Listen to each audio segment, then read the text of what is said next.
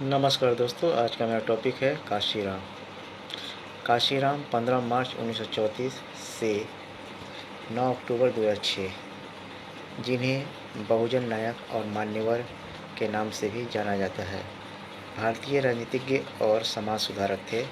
उन्होंने दलितों, पिछड़ों और अल्पसंख्यकों के उत्थान और उनके राजनीतिक सशक्तिकरण के लिए अपना जीवन समर्पित कर दिया। उनकी विचारधारा और कार्यों ने भारत की राजनीति में दलित और पिछड़े वर्गों को एक नई पहचान और ताकत दी। काशीराम का जन्म 15 मार्च 1934 को पंजाब के रोपड़ जिले के खवासपुर गांव में एक रामदासिया सिख परिवार में हुआ था। उनके पिता का नाम हरि सिंह था। उन्होंने 1956 में स्नातक की पढ़ाई पूरी की और पुणे में रक्षा मंत्रालय के तहत विस्फोटक अनुसंधान और विकास प्रयोगशाला में DRDO में लैब असिस्टेंट के रूप में नौकरी शुरू की। काशीराम का सामाजिक कार्यों की ओर झुकाव तब हुआ जब उन्होंने अपनी नौकरी के दौरान कार्यस्थल पर जातिगत भेदभाव का अनुभव किया। 1964 में जब उनके कार्यालय में बाबा साहेब डॉक्टर भीमराव अम्बेडकर का जन्मदिन मनाने के लिए छुट्टी लेने वाले कर्मचारियों के साथ भेदभाव किया गया, तब काशीराम ने इस अन्याय के खिलाफ आवाज़ उठाई। इस घटना ने उन्हें दलितों और शोषितों के लिए संघर्ष करने की प्रेरणा दी। उन्होंने बाबा साहेब की किताब एनिहिलेशन ऑफ कास्ट पढ़ी और उनकी विचारधारा से गहरे प्रभावित हुए। इसके बाद उन्होंने अपनी नौकरी छोड़ दी और सामाजिक कार्यकर्ता बन गए। काशीराम ने दलित और पिछड़ों को संगठित करने के लिए कई संगठन की स्थापना की।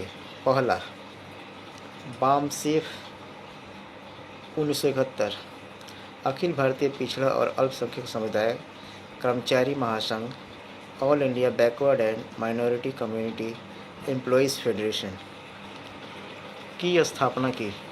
यह संगठन सरकारी नौकरी करने वाले दलित और पिछड़े वर्ग के लोगों को एकजुट करने और सामाजिक जागरूकता फैलाने के लिए बनाया गया था। बामसेफ का उद्देश्य गैर राजनीतिक और गैर धार्मिक आधार पर शोषित समाज को संगठित करना था।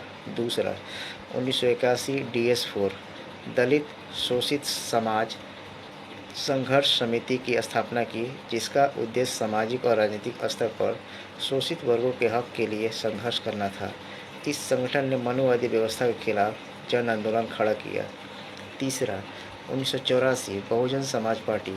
14 अप्रैल 1984 को बाबा साहब अम्बेडकर की जयंती पर काशीराम ने बहुजन समाज पार्टी की स्थापना की। इसका मुख्य उद्देश्य दलित, पिछड़े, आदिवासी और अल्पसंख्यक समुदायों को सत्ता में हिस्सेदारी दिलाना था। काशीराम का मानना था कि सत्ता ही सभी चाबियों की चाबी है। 1982 में काशीराम ने अपनी पुस्तक द चमचा युग, द एरा ऑफ द स्टूजेज लिखी, जिसमें उन्होंने उन दलित नेताओं की आलोचना की जो मुख्य धारा की पार्टियों जैसे कांग्रेस और बीजेपी के लिए काम करते थे और अपनी विचारधारा से समझौता करते थे। उन्होंने तर्क दिया कि दलितों को अपनी स्वतंत्र राजनीतिक पहचान बनाना चाहिए।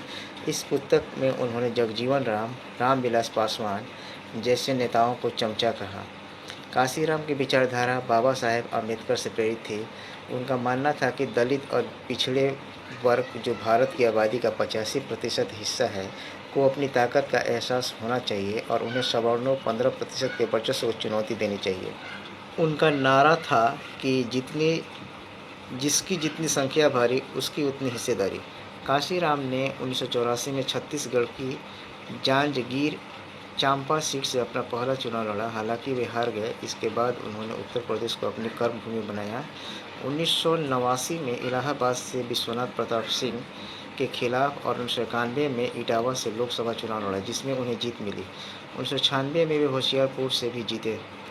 उनका सबसे बड़ा मास्टर स्ट्रोक 1993 में समाजवादी पार्टी के साथ गठबंधन था, जिसके परिणाम स्वरूप उत्तर प्रदेश में BSP सपा गठबंधन की सरकार बनी। इस गठबंधन ने मिले मुलायम काशीराम, हवा हो गए, जय श्री राम जैसे नारे के साथ बीजेपी के हिंदुत्व आंदोलन को चुनौती दी। काशीराम ने मायावती के नेतृत्व क्षमता को पहचाना और उन्हें अपनी शिष्या बनाया। 2001 में उन्होंने मायावती को बीएसपी का उत्तराधिकारी घोषित किया। मायावती के नेतृत्व में बीजेपी ने उत्तर प्रदेश में कई बार सरकार बनाई और 1995 में मायावती देश की पहली दलित मुख्यमंत्री बनी। काशीराम ने कभी कोई बड़ा राजनीतिक पद स्वीकार नहीं किया, लेकिन उनके मार्गदर्शन में मायावती ने उनकी विरासत को आगे बढ़ाया। काशीराम ने आजीवन अविवाहित रहकर अपना पूरा जीवन समाज के उत्थान के लिए समर्पित किया। जब उनकी मां ने उनसे शादी करने को कहा तो उन्होंने कहा कि वे समाज की भलाई के लिए संन्यास ले चुके हैं।